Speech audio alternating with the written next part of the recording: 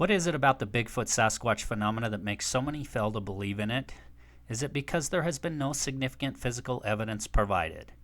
Are there other possibilities that could explain what is happening with all of the sightings taking place across the world? Do some of these creatures have interdimensional or spiritual aspects to them, as some Native Americans believed? Could this be the reason why we have not been able to recover a body? Is there a possible alien connection to them, and can quantum physics help provide the answers? My next guest, longtime Bigfoot researcher Ron Morehead, believes this may be the case, and he is joining me to explain why. Well, greetings and hello out there to my fellow truth seekers. You are listening to Passion for the Paranormal, and I'm bringing my passion for the paranormal to you. It's so great to be back with you here again. I've got another great guest joining me, and this time I've got none other than Ron Morehead, and Ron is a longtime Bigfoot researcher, and he's been researching this subject for going on 50 years now. And he just came out with a fairly recent book called Quantum Bigfoot, and so excited to talk to Ron about some of his alternative theories about what may be going on with all the sightings, with all the Bigfoot, or Sasquatch, if you prefer, sightings going on across the world. So it should be a great show. I'm really looking forward to it. Just a couple of announcements. If you haven't been over to the website yet, please head over at theParanormal.com. And there you can catch up with past episodes. You can check out some cool Passion for the Paranormal merchandise of hoodies, T-shirts, and coffee mugs. And those purchases of those will go to help support the show. And the other thing you can do is you can check out books from past guests, books or documentaries, or any other material on there. So really hope you'll pay the website a visit. If you haven't been over to the Facebook page yet, please pay us a visit there at facebook.com/passion, the number 4, the paranormal. Really hope you'll like and follow us there. If you're using Apple Podcasts, if you're tuning into the show through Apple, please make sure to rate and review the show and subscribe. And make sure you subscribe on any podcast app you're using. We're pretty much on all podcast apps out there. So please make sure to hit that subscribe button. Really important to do, and that really helps us to move the show forward. All right, if you know a family member, coworker, friend you think that would like to tune into the show, please share a link with them. That'll really help us out to spread the word about the show. All right, so I'm really looking forward to getting into the discussion with Ron, and I really think you're going to enjoy tonight's show. Ron's really got a lot of experience and research into this subject, into the Bigfoot subject. So thank you so much for tuning in, and really hope you enjoy the show. Okay, so best known for the Sierra Sounds, my guest tonight, Ron Morehead, is a researcher, author, and producer. He's been known for decades for his worldwide research into the Bigfoot, Sasquatch phenomena. The Sierra Sounds are the only Bigfoot recordings that have been scientifically studied, time-tested, and accredited as genuine. Ron has documented his personal interactions with these giant creatures, producing his story on CD and in his book, Voices in the Wilderness. In his latest book, The Quantum Bigfoot, Ron goes beyond the traditional research approaches, combining decades of experience and tireless hours of research into the realm of quantum physics as it pertains to the Bigfoot Sasquatch phenomena. Ron, thank you so much for joining me on the show tonight. Well, thank you very much for asking me. It's a pleasure to be with you. Thank you. No, it's a pleasure to have you on the show. You are a longtime researcher of this subject, and you know, it's fascinating because you have actually captured some pretty amazing audio. I know you've shared that far and wide in the past, and it's fascinating to think that there may be actually some linguistics and some language going on here. Before we get into any of that, and again, I know you've been studying this for a very long time, but if you could kind of just take us back to how you really got into this and what really drove you to studying this subject. Sure. It was 71 when I first got involved in it. A couple of the guys that I knew personally in my home in the valley of California, San Joaquin Valley, where I lived then, they'd been hunting up there for years, and they came back with this story that these things were up there. So I went back with something's up there besides bear, that they'd been hunting deer and all that. So anyway, I ended up getting involved with them because another guy went up there, and he wouldn't go back after he got scared off because these things sound pretty aggressive at first. And anyway, I ended up going up there with him because he wouldn't go back by himself. And that's how I got involved. That was 1971. I started going up there quite a few times, as much as I could before the snow ran us out. It's 8,400 feet into this wilderness camp, which is 8 miles back into the wilderness. Very imposing trick to get there. And he about killed me walking me in. I'll tell you that right now. I thought I was in good shape, too. Anyway, we started going back up and taking recorders in case they came back. They did come back, and we started recording their sounds. And it wasn't until a year later until we got a hold of a guy named Alan Berry via Ivan Sanderson, a cryptozoologist back east, who thought our story was probably a hoax. And he sent it to a man named Peter Byrne in the Dalles, Oregon, and who also thought it was probably a hoax because you don't usually have repeated visits like we were having. And he sent it to Alan Berry, which is a investigative reporter in Redding, California, who he knew. And Alan came down and interviewed us, and we ended up inviting him to go up there with us. And he did that the following year of 1972. He was looking for a hoax also, which we hadn't considered that because it's such an imposing area, and we looked and couldn't find any signs other than these tracks these things left and the sounds they were making. So he was still trying to uncover what he thought was probably a hoax. He couldn't. He ended up writing a book in 1978, co-authored it with Ann Slate, called Bigfoot, which he talks in the first 3 chapters about the camp and what went on up there.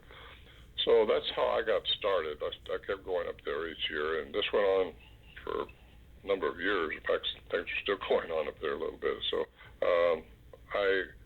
I got involved in it, and but actually I wasn't doing it professionally. None of us were looking for Bigfoot, that's for sure. It was a hunting camp, and so we ended up just Al Berry and I ended up eventually taking the recordings and starting talking about them in public, which. But he fostered studies at the University of Wyoming, a year-long study by Professor Curlin, who found the sounds had not been manipulated. They had not been speeded up, slowed down, or manufactured in any way. They didn't have a 60-cycle hum in it, which would have shown a pre-recording.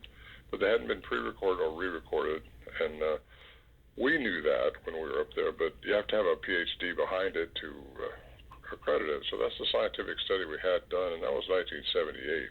He shows their sound frequency, how high they go and how low they go, and how they can actually speak within our sound average range, also human sound range.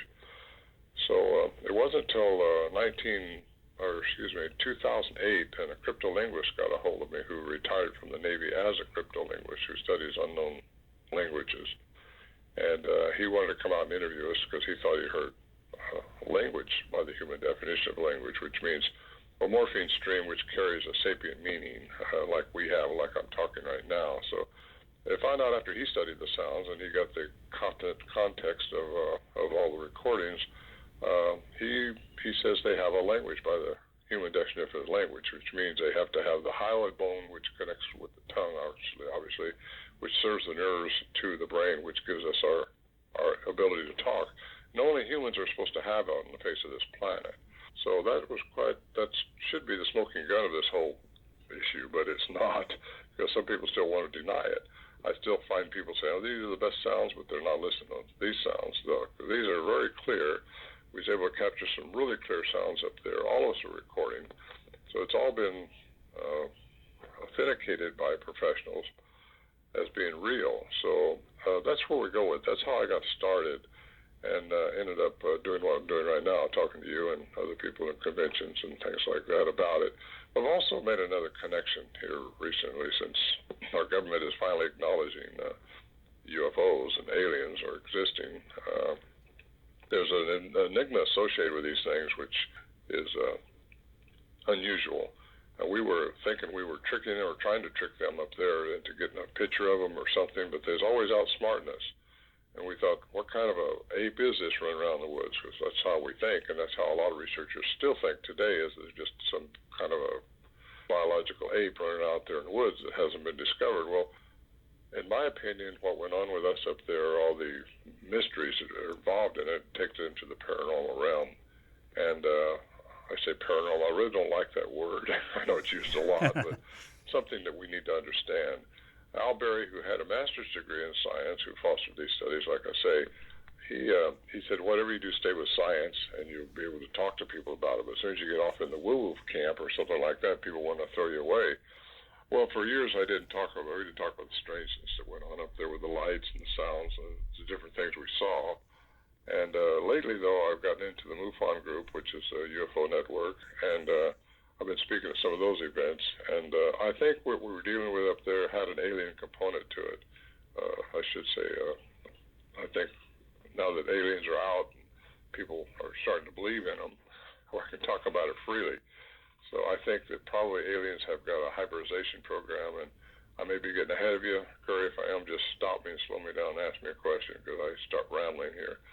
But I think they had a DNA alteration in a primate, and that could be what gave them their sapience, their sentiency, their what they are. Because all the people I've interviewed over the last 50 years, I've been doing this now since 1971. I've been involved. It kind of grabs a hold of your life, and I've got a passion for it now. So I really enjoy doing this, and I'm enjoying the study that I'm doing. I've been around the world. I've been in Peru a couple times on expeditions. I've been into Nepal, Syria, Moscow, Russia. I spoke at the Darwin Museum there. And I've been around searching for this answers to what went on with us up there that classical science does not give you those answers.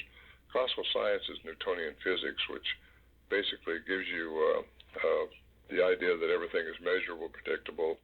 It's all material or physical, and that's just simply not true about everything. That's why quantum physics got involved, and it's called the modern science, and that's the Einstein stuff. Einstein came up with the theory M equals mc squared, and that kind of gets into quantum physics, and instead of just quantum mechanics, quantum physics is a subset of that. And quantum mechanics actually came out in the 1800s by Planck. He got a Nobel Prize for it, actually. So I just encourage researchers to look further, because we live in a three-dimensional environment here in this planet. And quantum physics says there's more dimensions. We actually don't see those dimensions because of our perception of light. I mean, we can only see within light's frequency. So it's just amazing what you can uncover if you just start reading and researching. So I enjoy skeptics who want to tell me about what they think, because I can answer those things. I think with quantum physics, I'll try to anyway. So go ahead and ask me something. I love it. Yeah, absolutely. So interesting. And I delve into the UFO topic pretty extensely on this show. And I know you mentioned that the government has admitted to that the UFO phenomenon is real. To my recollection, all they've really done is said that the ATIP program did exist, and that the Navy has come out and said they cannot explain what they saw in those gun camera videos. They can't explain what it was they were tracking. To my knowledge, that is really the only official statements that the government has made toward the UFO phenomena. And by the way, I'm very fascinated that you've actually expanded your research in this, and that you are considering these other possibilities. I think for a lot of people, it's always going to come back to, this is a show about the paranormal, so I cover all kinds of things. UFOs and this subject and ghostly encounters and hauntings and all sorts of other stuff, near-death experiences. And so I'm pretty open to the possibilities of all this. But getting back to your nuts and bolts people, they always want to know how it is that if we've coexisted with these creatures, how they've managed to be so elusive for so long. I think they have the attribute that maybe aliens have implanted in their DNA to cloak. Actually, there's actually a scientific way that can happen, and that's if they go out of our light perception. and go through the fourth dimension of possibly plasma field or something where you can see the cloaking part, which is the predator effect, they call it, into the fifth dimension where time as we perceive it does not exist. We perceive everything on a linear basis, one day after the next, and there was a yesterday, there'll probably be tomorrow. And that's not the way it is in the universe. Everything is not measurable or predictable. And you get into quantum physics, like I do in my book, The Quantum Bigfoot, you find out that there's just so much more going on that we don't see with our eyes. And as far as aliens in the military goes, that's been going on since Roswell. They've back-engineered things. They've got probably the technology that a lot of even the pilots don't know about. So what they saw and what maybe their commander of flavor video could have been back-engineered by our own government. But whatever it was engineered from something that was alien. And it's been going on since the early 2000s, actually, since, well, really you want to go way back, since 47, when Roswell happened, and when there's also some other things up here in Washington that happened just a few days before. The Morehead Island incident up here in Washington happened, I think, 3 days before Roswell, and also 6 alien ships or saucers like things were seen in the air and reported by many people here in the Seattle area. So as far as government and aliens go, I think they know a lot about them. They probably know a lot about the Bigfoot beings, because I think there's a lot of entities on this earth now which are hybrids, and I believe that aliens have different types of aliens, because all these Bigfoot things are not the same. So Bigfoot things, Bigfoot beings are not the same. Sure. It goes way back eons, and what's happened to some of them, they've crossbred with natives according to their lore. Some of them became more human-like than others. Some of them are not. Some of them may be able to go out of our perception through that plasma field that I'm talking about, or anyway, it's a whole hourly thing. You can talk about it for hours. I do. In fact, I've been doing that all day with another guy that was here. And it's just an exciting time that we're living in, because I think we're going to see more and more alien ships. We're going to see more and more Bigfoots out there, entities which don't make sense to us. You got the Skinwalker Ranch, which I think you just did a program on that recently. And, yes, absolutely. There's so much going on in places like that and other places similar to that. It's going to become more and more, we're going to become more and more aware of those things, I think, and see more and more stuff like that. You know, I'm so glad that you're bringing up this stuff, because, you know, you get a lot of other researchers out there that, you know, they really have pretty much made up their mind that these are some sort of ape-like creatures. They're you know, they are some evolved ape-like creatures or that sort of thing, and really that's the way they see it. I've had a few other researchers on the show, and, you know, I've brought up the issues that you're bringing up. You know, we've had Skinwalker where these things, Bigfoot-like creatures have appeared. The other location that I would mention is Chestnut Ridge. I don't know if you're familiar with that. Seth Breedlove did a documentary on a few years back on Chestnut Ridge, and they had a lot of these Bigfoot-like creatures, you know, showing up across multiple counties, people reporting them, you know, kind of along the same time frame when they're seeing strange lights and craft in the sky. And some had even reported shooting at these things to no effect. And, you know, that's what I find interesting. Now, there's a second part of this that I find interesting, and that is the historical part of it, the Native American connection here. And I think I thought I heard you mention something about it in another interview. What's the Native American kind of, I know there's different tribes and there's, you know, that had kind of different viewpoints. But from a general sense, what's the Native American perspective on these creatures? What I found is Native Americans have they say they're spirit beings who can disappear. And they also say that they could disappear into trees. So I've heard both those reports, not just from Native Americans, but from people who have actually witnessed this.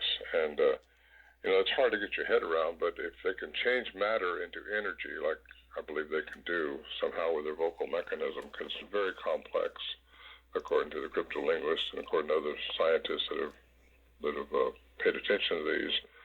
And if they can do that, then how are we ever going to get a finger on it until they just expose themselves and let us know and tell us what they're all about, which that's what I've been into for a long time now. And I don't know if it'll ever happen, but I think I've come closer than most people in discovering just what they're doing and how they're doing it. The other thing that I wanted to ask is, do you find that you're in the minority on this viewpoint when it comes to Bigfoot compared to other researchers out there? Or are there more researchers out there that are kind of expanding their viewpoint on this phenomenon? Well, I find that the more they pay attention, and excuse me, I didn't mean to sound arrogant there, but if they just look a little deeper, they are flesh and blood. We got the sound, so we know that they have a vocal mechanism. We know they poop. We know they eat. They procreate. We got a small one up there. We found the tracks of a little 9-inch one along with an 18-inch one in the snow. We know that they are here, but there's more to them than just that. There's more to them than just an ape, because they do have a language of their own, a very complex language. Their range goes way up into ultrasound and down into infrasound, we believe. And according to Dr. Curlin's report, which was a year-long study he did, their range really supersedes anything we can do. And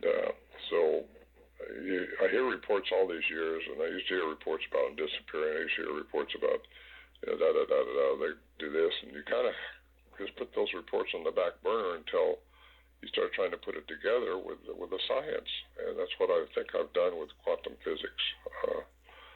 So anyway, researchers, no, I think I'm in the minority, because most of them want to believe what their paradigm has led them to believe. They got this mind made up. They have to be a relic hominid, just evolved differently than us, and maybe some of them have, because I think aliens, number one, have been here for eons.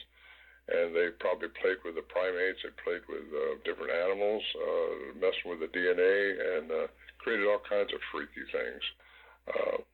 And if you really want to get into biblical even, it goes back into Genesis, where they had giants, which were derivatives of fallen angels breeding women. I say angels, I won't say aliens now, because if I say angels, a lot of people cut me off thinking I'm religious, and I'm not religious, but we are all spiritual beings, and at a very basic part of our entity, we are energy. Everybody is.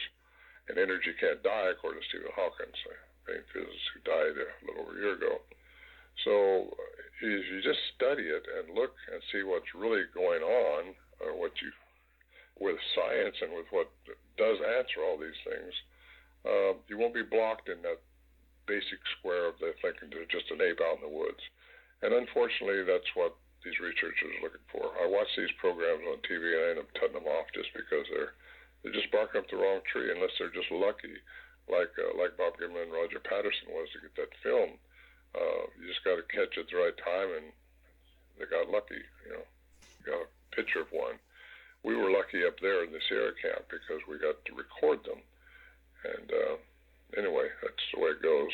Researchers are hopefully going to expand out and start stretching into modern science, like Einstein worked on, like Tesla was in, and these guys. So my challenge is to talk to research groups and these conferences I go to, and just try to get them to open their mind. All they got to have is an open mind, and not be so closed-minded thinking you know everything there is. Often ego gets in the way of these people, and they don't want to admit that what they've been standing by all their life could be wrong. It's called cognitive dissonance. When you get new information that you just don't want to gel in your brain. Sure. So I think a lot of them are stuck in that problem, and it's too bad. But they're coming around, so I think my minority might be a majority someday. I hope, if I'm right, which I think I am. I've been studying this more than many of them. In fact, there's only two researchers I know of that's been in it longer than me. That's Tom Cantrell, and that's Peter Byrne. Tom Cantrell, he's out of the box. He understands, and he agrees with a lot of things I'm saying. Peter, no, he still sets up trail cams thinking he's going to trick them. Like they can't sense the electrical batteries in those things or know what you're doing. He's a big game hunter, a former big game hunter. He's in his 90s, the guy. He's a good friend of mine, but we just see things differently. And as far as this Bigfoot thing goes, I've trekked through Nepal with him, so I understand him, and I've known him since 1974 when he first came down and heard our sounds, which he had a problem with him because these things aren't supposed to be able to talk. Just like Grover Krantz did here in Squim, where I live in Washington. He said, oh, they have to be an ape. If they don't fit into the box they've made, then you're wrong. And that's how a lot of people see it. A lot of researchers see it too. Right. So I'm out of the box, and I try to get other people to get out of the box. But Newtonian research, or scientific principles now are based on Newtonian research, and they've been trained and they got their tenure, these professors, through a discipline which requires them to stay within certain parameters. And you just gotta get away from that because it's not working. It's just not working for them. Nobody's able to get a handle on this thing yet, and there's a reason for it. So I'm wondering if you deal with this, and I'm gonna play devil's advocate a little bit here. And from the skeptic point of view, I can see the skeptic saying, well, that's an easy out for you. So there's been no bodies produced. There's, some people say no evidence. I'm not sure I agree with that. I've listened to other interviews you've talked about, and you seem to suggest there is evidence. But it seems like the skeptic side of you is going to say, you haven't produced bodies. We haven't seen any physical evidence. And so it's easy to say that perhaps these things are paranormal and, can move in and out of dimensions and that sort of thing because you cannot prove it from a, as you said, traditional, science perspective. At least many would say you hadn't been able to prove that. But how do you answer that, or how do you address that? If the road you're on isn't getting you where you want to go, and I mean these people have been setting up these trail cams for years and years and years, looking for a gorilla running out there in the woods somewhere. That's not working for them. And I say if that road isn't getting you, if that path isn't taking you where you want to go, then look somewhere else. Take a different path and see if you can't open your mind and see that there could be more going on that you don't see. And you get into quantum physics, you'll understand there's so much more that you're not seeing with your eyes or understanding until you comprehend how that works. And I just encourage these researchers. I know most all of them. I mean, I've been on this for a long time doing this stuff, and I know where they're thinking. It's just they don't get out of what they've stuck with themselves with, if you know what I mean. I've talked with professors, I've talked with all of them, but they have to stay within that box that they've defended for so many years. And anyway, that's where I'm at. I have no problem with people wanting to not believe this because it's up to them. But you don't have to believe me. Look at the studies that have been done on these sounds. Look at, if you're going to argue with someone, argue with Professor Curlin, who did the sounds, argue with Scott Nelson, who is a cryptolinguist, retired from the Navy as a cryptolinguist, a two-time graduate of foreign linguistics school in Monterey, California. He teaches foreign language, Persian, Russian. He's got perfect hearing.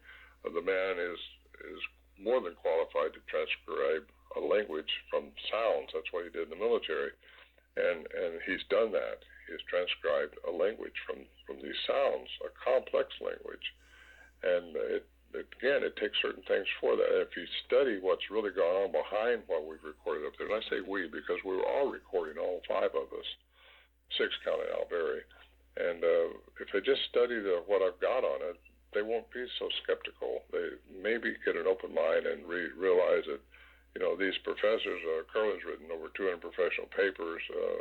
It's just, it's evidence, and yet you can't get these people to jump into that circle and listen and watch. So that's one of my challenges, to get academia to wake up and start using modern science instead of just Newtonian physics only. Now, getting back to your 1970s recordings, now technology was a lot different, obviously, back then. What kind of devices were you using? Were these reel-to-reel recorders, or what did you have set up to record these sounds? All that was available in those days was cassette recorders, and that's all we had, portable cassette recorders, battery operated. And sometimes our battery would be dead up there, so there's something going on with these things and energy. I've thought that for years and years because of some of the circumstances that went on with us up there.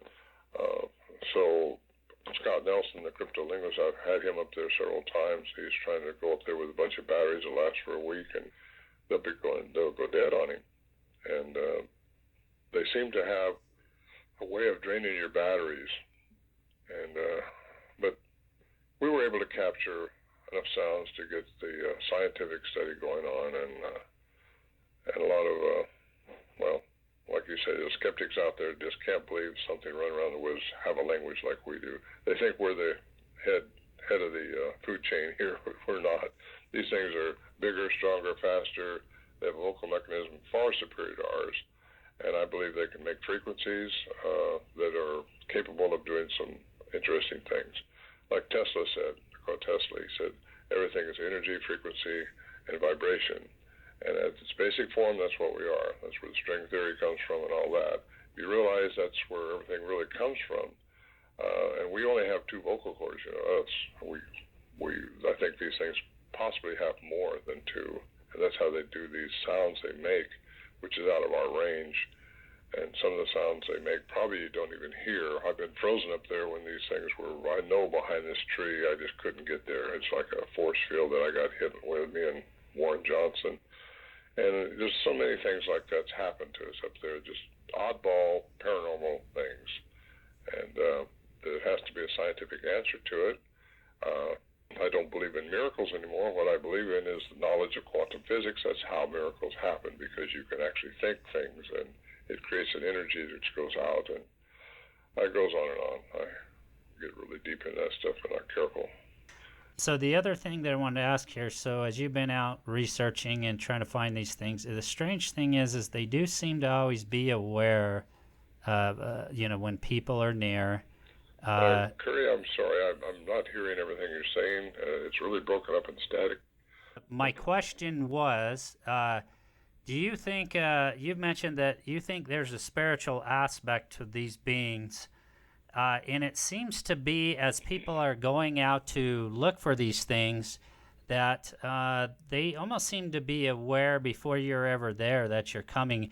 Do you think there's any chance there's some sort of precognition?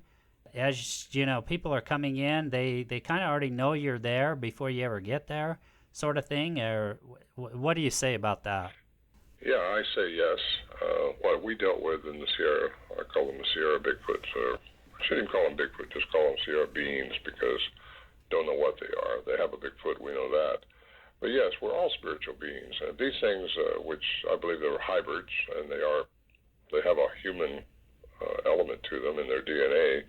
All the reports I've heard over the years, just about all of them, say they have a very human-looking expression on their face, and except for their gorilla-type look out in the woods, they're human. And they can think, they're cognizant, they self-aware totally, and if they are interdimensional, which some of them I believe are, this because of the attributes that aliens gave them, they're able to transfer their their matter into energy, and if they can do that, they get into another dimension, and we don't perceive those dimensions with our eyes. Our limited 3D visual just doesn't perceive that. So they're there. They won't age like we do when they're in the fifth dimension or above, wherever they go.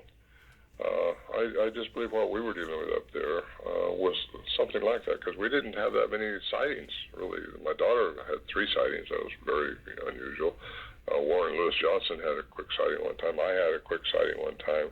But other than that, you lay there in your sleeping bag inside this shelter that we had way back there, and you hear this crunch outside. One of them walk around. This is after they'd been jabbering, and you're just laying there waiting for something else to happen. You see or hear this crunch right outside the shelter, and you're looking for cracks in the shelter where you'd maybe get a break in it where they went by, but you don't see that. You hear it, but you don't see it. And another time you think we thought our camp was being tore up out there. Cans being spread around, these things we packed in on mules, and You think that all hell was breaking loose out there, and you look out there later when it's all stopped and nothing's changed, nothing's moved.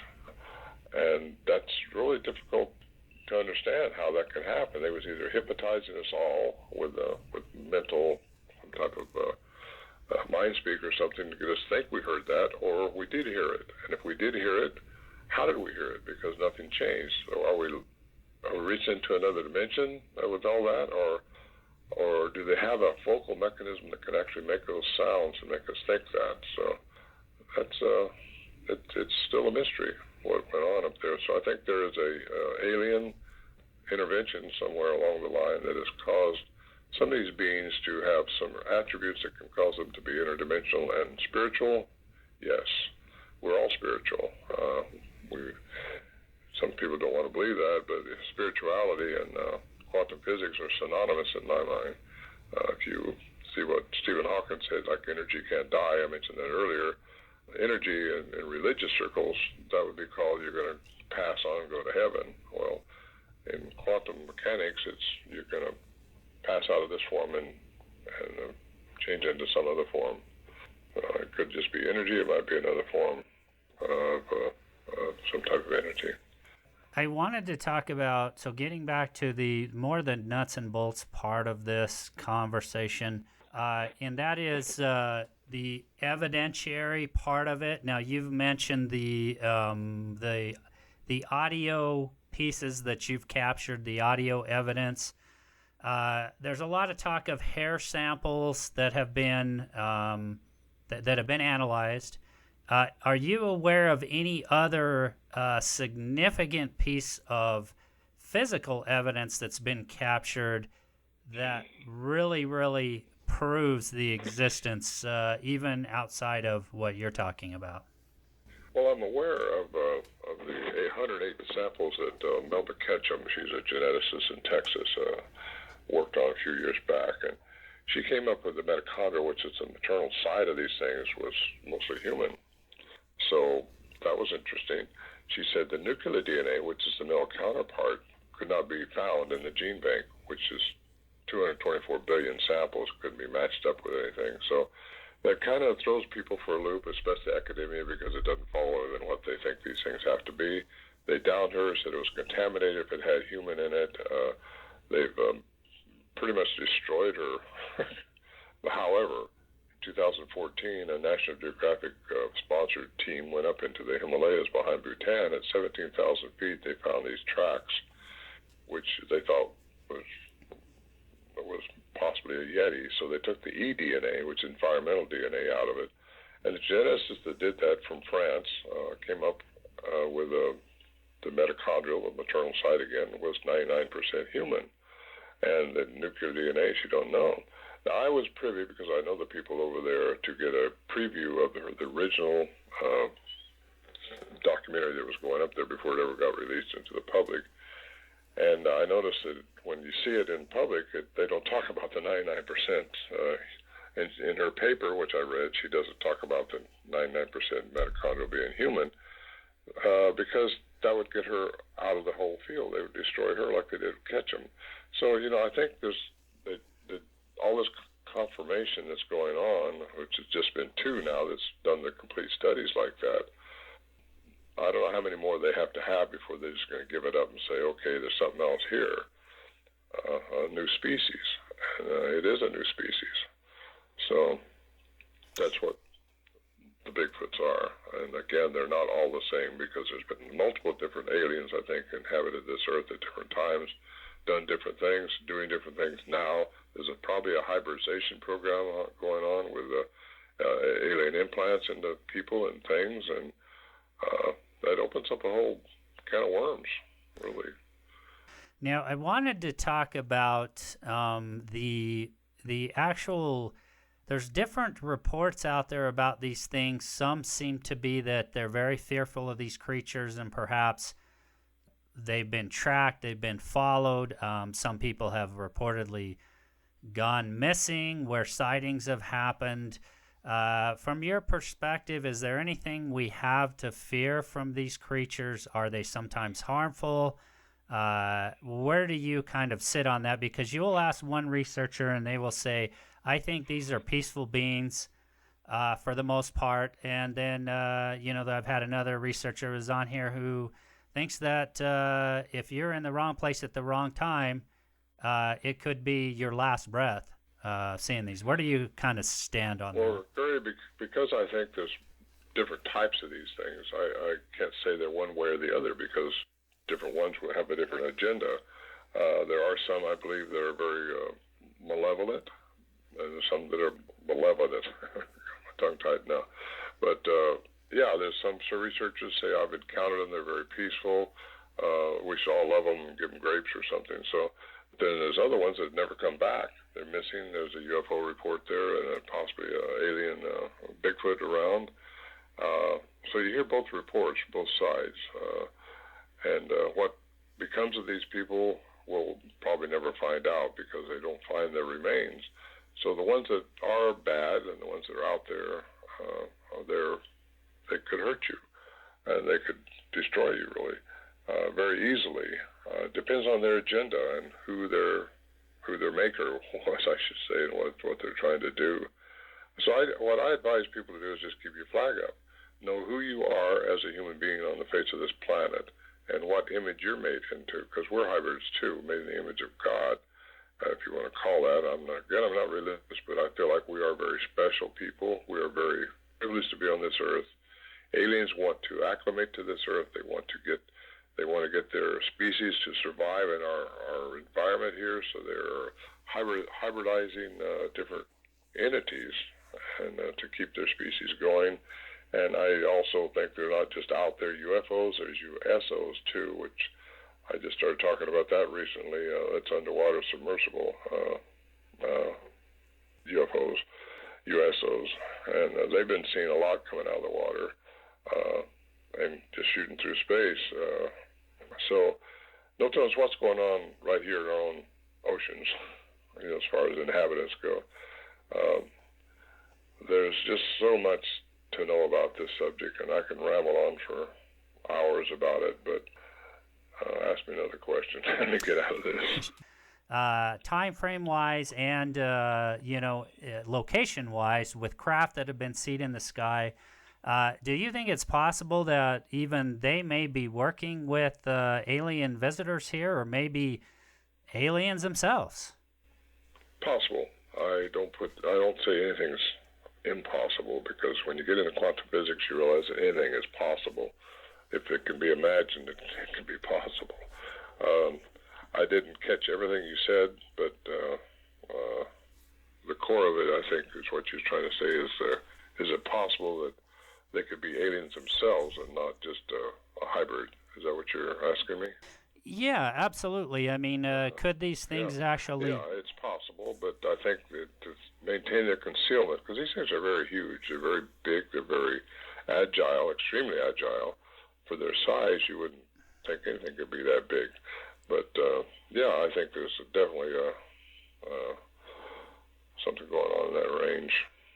Yeah, and there's one location that you may or may not be familiar with, and it's James. I believe his name's Gilliland. He's got a piece of property up there in southern Washington, so, your home state there, where they've had a lot of amazing UFO sightings. And some of the stuff I've heard there is they've had a lot of Bigfoot sightings around there too. One of the theories presented there at his ranch was that perhaps, and some of these UFOs look like they're going right into the mountain there. I think it's Mount Adams is the nearby mountain peak there where they're seeing a lot of these craft. A lot of UFO sightings around there, and maybe even perhaps these are the guardians rather of some of these spots where these UFOs, maybe they're coming out of the mountain, maybe they actually have some sort of base. I mean, to some people this may sound a little bit bizarre and on the fringe, but I think we have to consider all possibilities here because of some of these things that people are seeing. And places like James's Ranch, Skinwalker, Chestnut Ridge. like I said, I think we have to keep our mind open here to the possibilities. Absolutely, yeah. East City Ranch has got a lot of interesting phenomena goes on there. And yeah, there's a lot of people say they go right into a mountain. If they can streak underwater over 100 miles an hour and they can go into a mountain, they're somehow able to, well, change their mass to energy.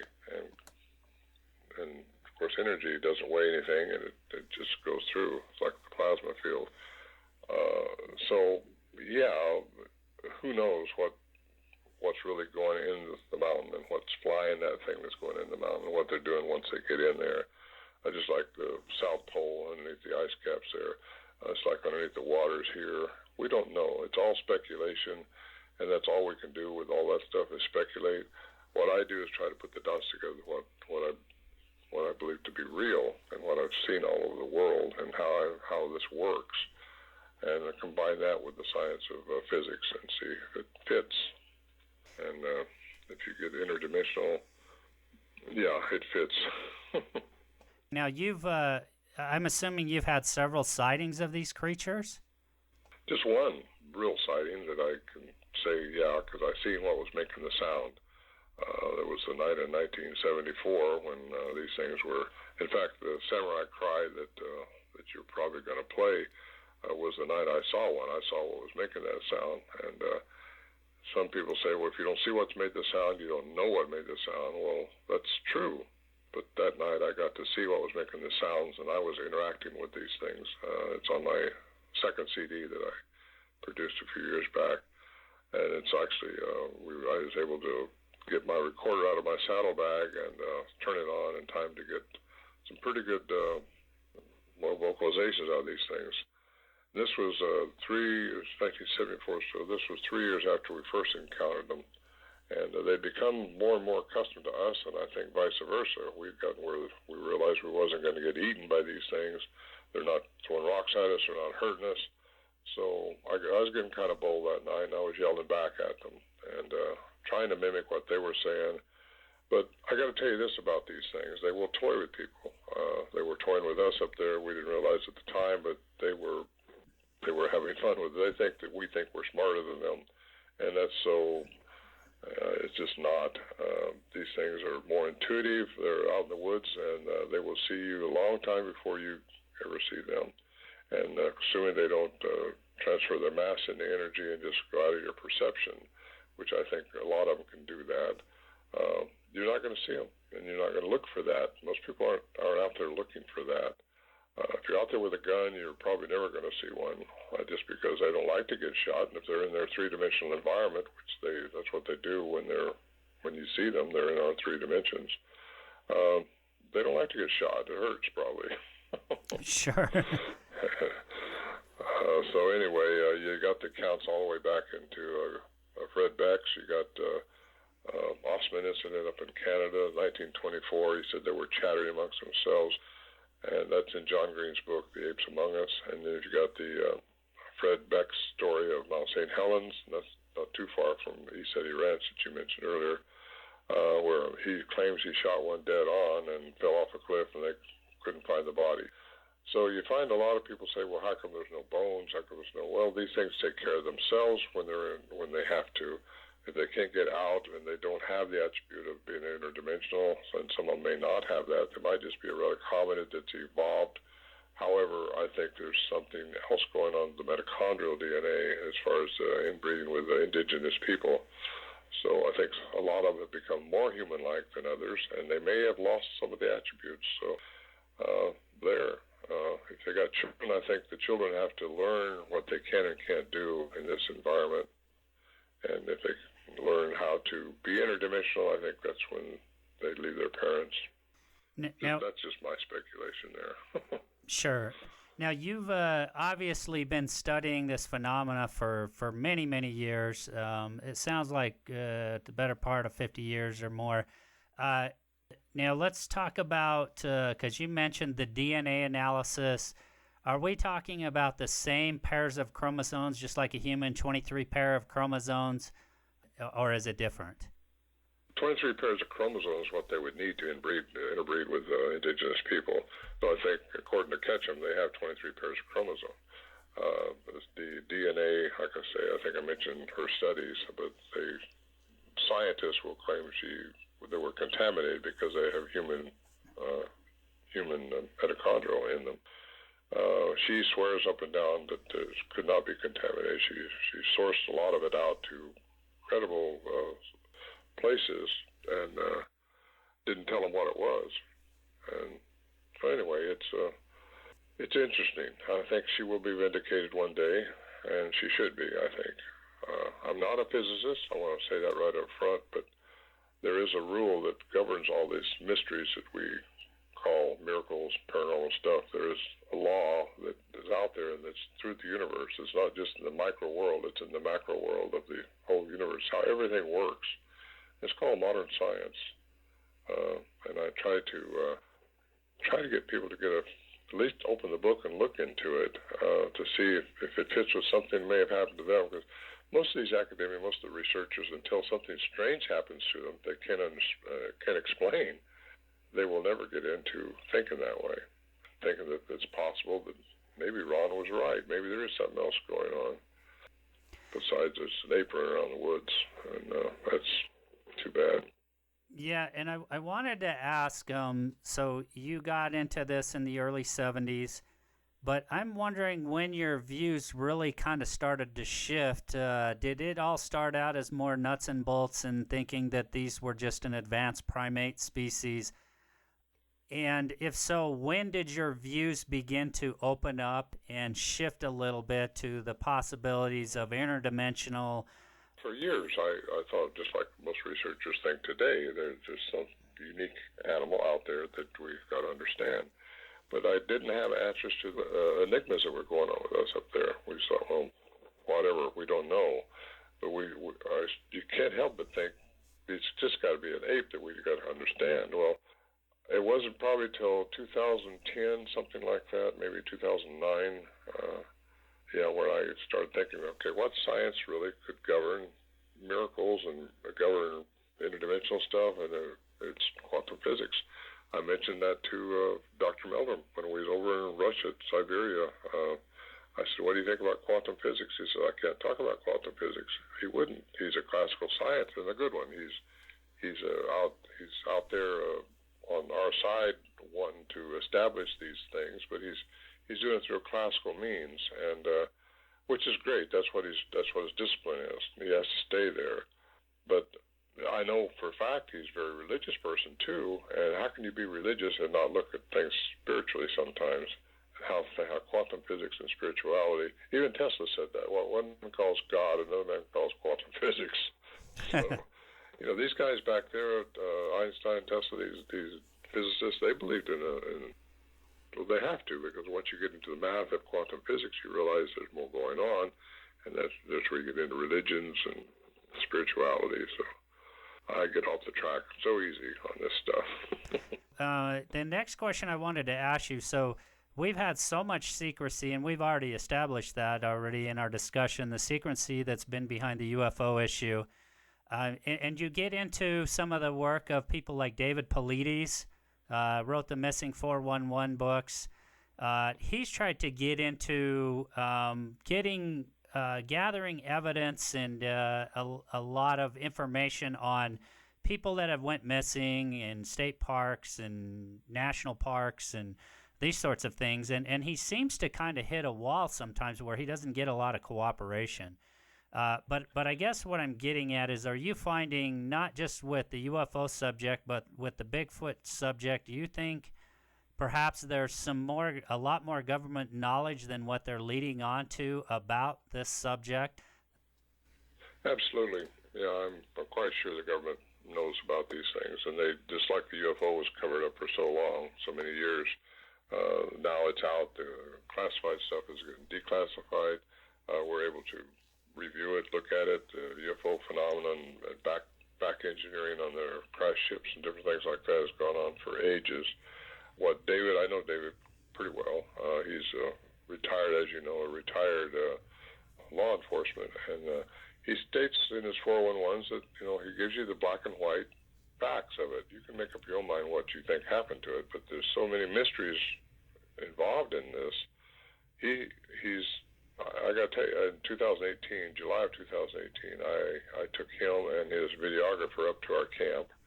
We rode in and packed in with mules and horses, and so we spent a week up there together. I've known David for a long time, and he's a good man, good, honest man, and he's the first videographer I've ever allowed to come in there and start documenting some things about the Sierra camp. But I got to tell you, too, California was on fire in that time. There was like 17 forest fires going on, and we no sooner got out of there a week later, and everything was burning up.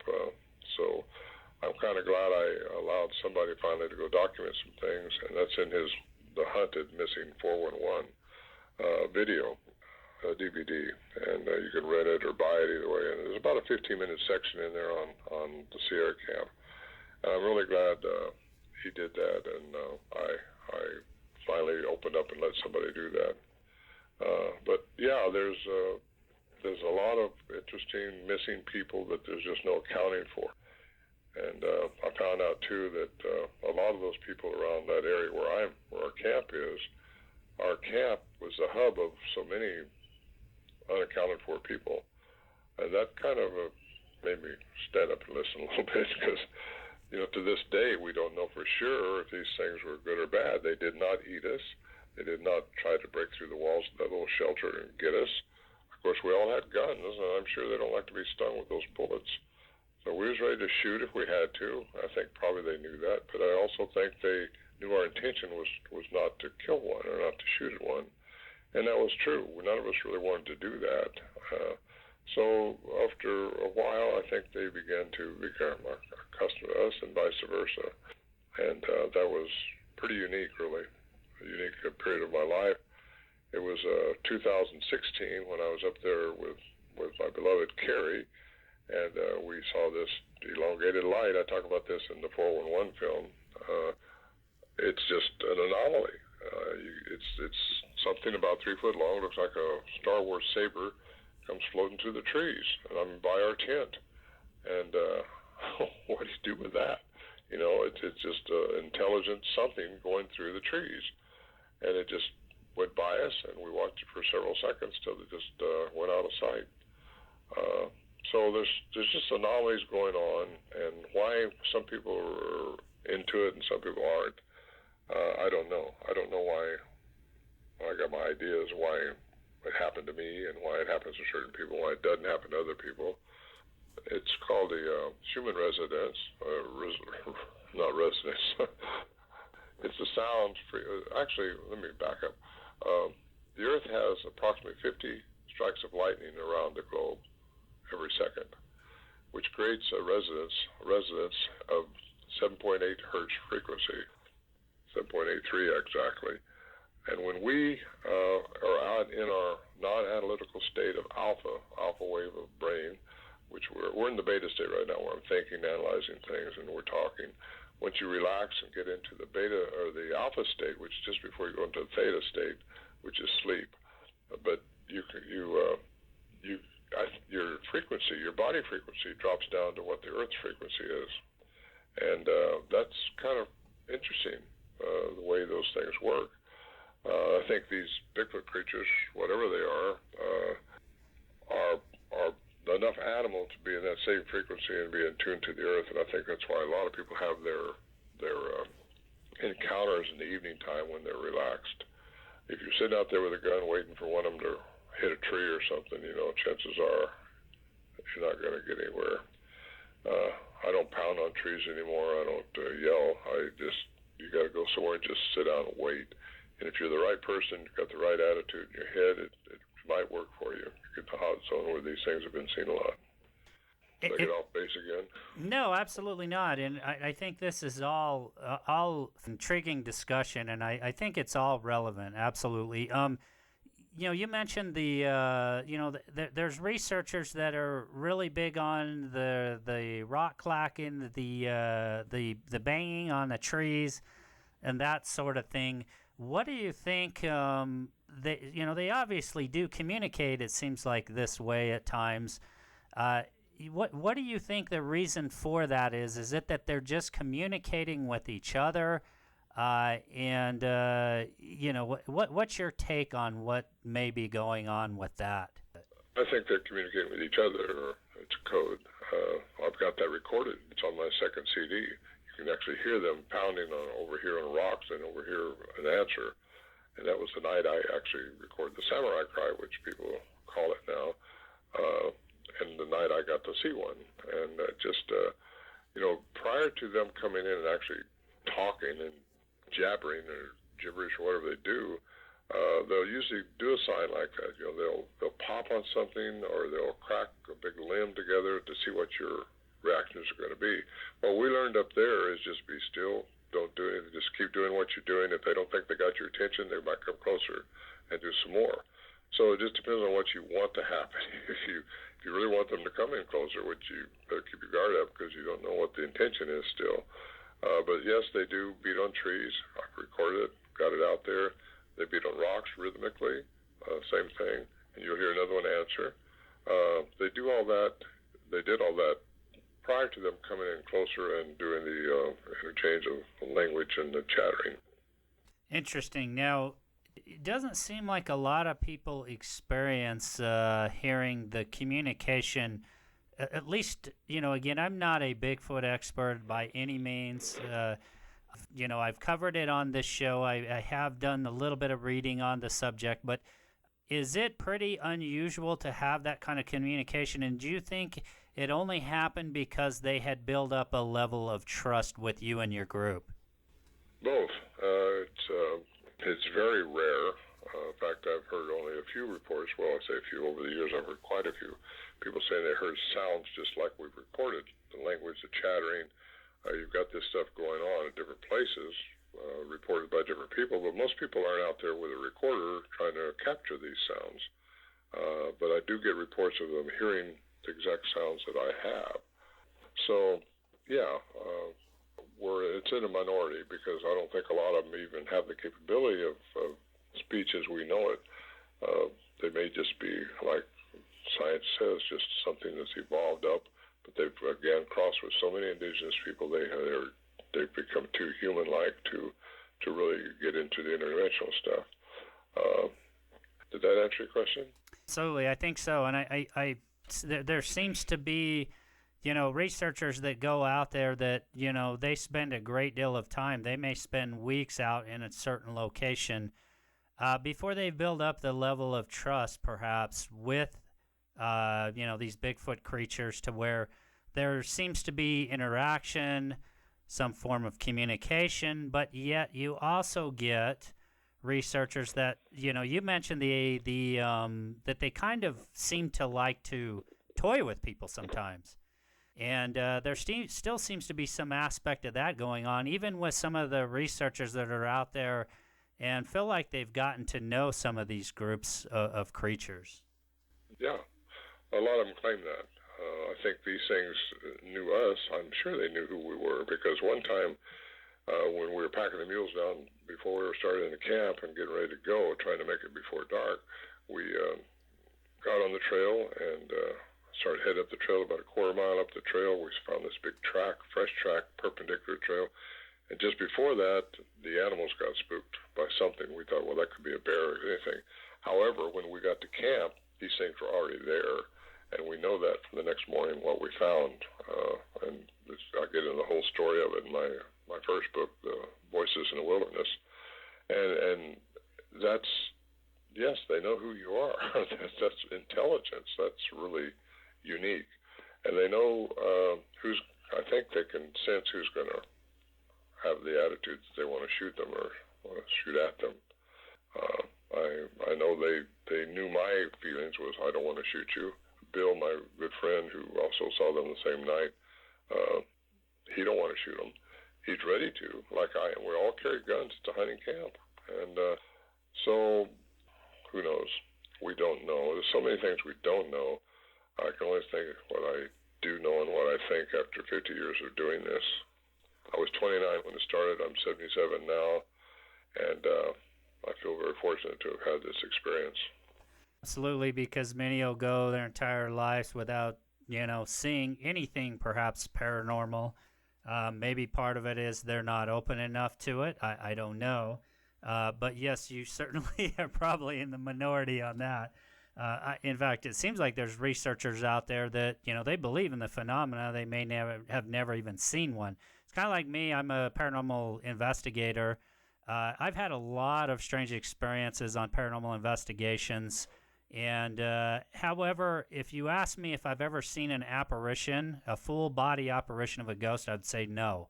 I never have in the over 6 years that I've been doing it. I've had a lot of other strange things happen, plenty of other things happen, but yeah, I mean, the people that get to actually firsthand experience that are probably, such a small percentage of the overall population. That's so true. Yeah. Again, I think it's who you are and if they want to do it or not. And again, it's going to be their terms and their time, unless it's just an accident, like the Gimlin film, Patterson film, I should say. That was just really good that they got that, but that's considered a really good piece of evidence now that these things exist. When I talk and when I get on these programs like that, I don't try to convince anybody they exist. What I try to do is bring forth what I think is an awareness to what they could be and what I think their attributes might be, and how it's so important that we don't think they're all going to fit in the same shoe. They're all going to be the same. Some are good, some are bad. There's I'd say a cosmic war going on. They can say they want what the Earth has to offer. We're the jewel of the solar system. We're on this Earth, and I think they envy us in a way. They want to be part of what we've got. So they're, again, I think, doing a hybridization program. They want to get their species to survive in this environment. They're on a mission, and I think we're going to see what that mission is probably in a short time from now. You're going to see more and more Bigfoot, more and more UFOs, and it's going to be brought out more and more and more, I think, as more time goes by. So let's get on. I've had some difficulty with the audio as you and I spoke as we were getting started here. I don't think I'm going to be able to play those. But you sent me a couple of audio clips. In one, there seems to be some really high pitch communication going on and some interaction going on there. Give me your take on that. What do you think's going on? And before I go any further, let me just back up for a sec. Now, Ron, can you just talk about your website, where these recordings are and where people can access them? Yeah, you can get them on my website, ronmorehead.com. That's Morehead, 10. It's important. And you can also get them on Amazon. But if you go to my website, ronmorehead.com or bigfootsounds.com, both of those will get you there. I have a whole store there with my 2 CDs and my 2 books, Voices in the Wilderness and The Quantum Bigfoot. And I sell a lot of those. And the CDs have been out for a long time. They're the narrative. The first one is narrated by Jonathan Frakes of Star Trek #1, as you may remember, Next Generation. And the second one I narrate myself. They're both about 40 minutes long. They have embedded sounds in them. So you'll hear the actual sounds. So when I talk about it, you'll know what's going on with us during the sound. And that's the way it is in my book. The Voices in the Wilderness comes with a CD download, so you can download the sounds that I'm talking about when I go through the narrative, through the sequence, the situation that was going on. It's my 40-year chronicle, really, of doing this, and what we went through, what you could go through if you want to have a close-up encounter. I just like to tell people, though, to keep your guard up because we don't know what we're dealing with still. And some of them may be bad and want to eat you, and some of them may just want to be helping you. Anyway, that's my website. That's how people can get a hold of my stuff, and I can be contacted through that website also. And I try to answer everybody that gets a hold of me and give them what I think, and that's all I can do. Sure, but getting back to the one audio clip that I just mentioned that you had sent me.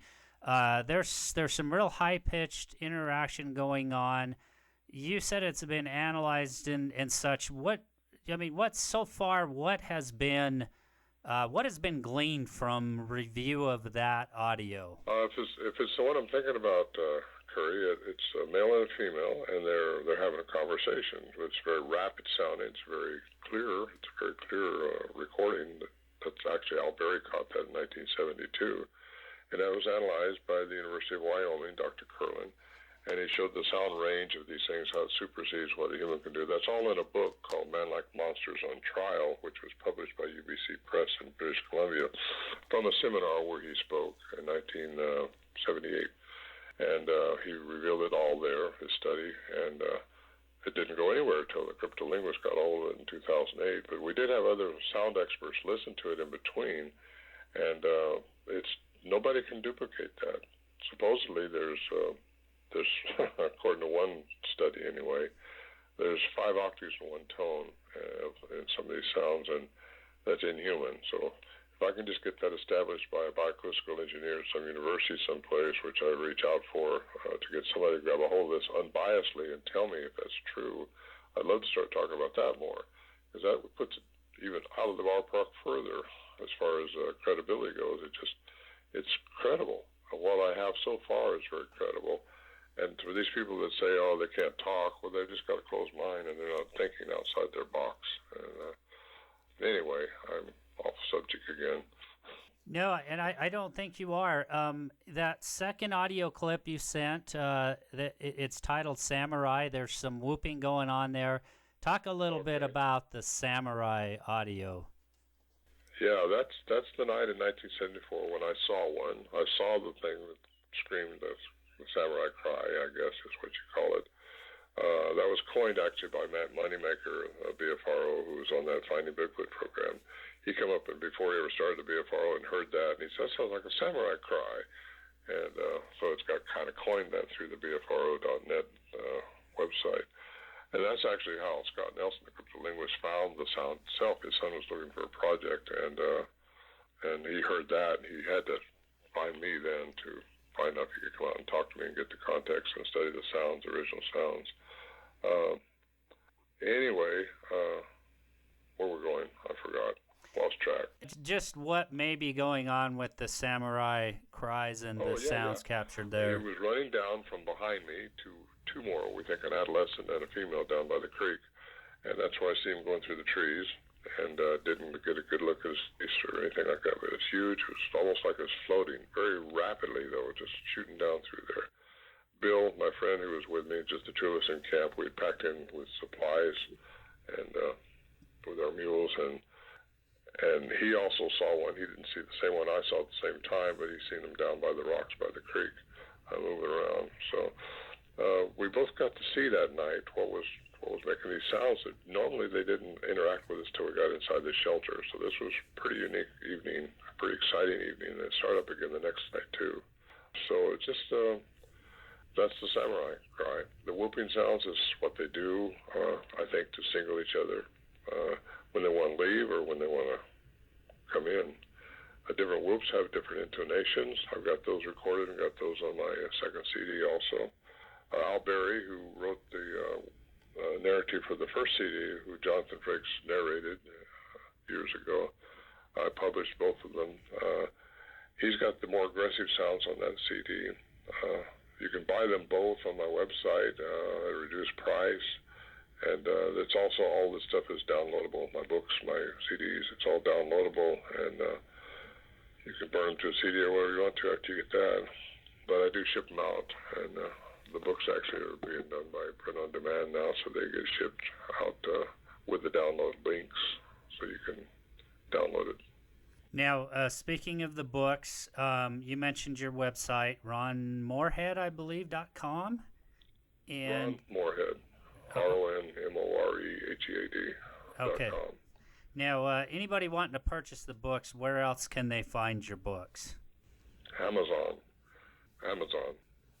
Okay, Amazon seems to be the one that is consistent. Ron, it's been a intriguing, fascinating discussion. I've really enjoyed it. I really appreciate you spending the time with me tonight and talk with me. And maybe down the road we can talk again. Sounds like you're not giving up on this pursuit anytime soon. You're going to continue on. No, I'm not giving up on it at all. I'll stay with this. It'll stay with me, I guess, the rest of my life. It's just one of those things.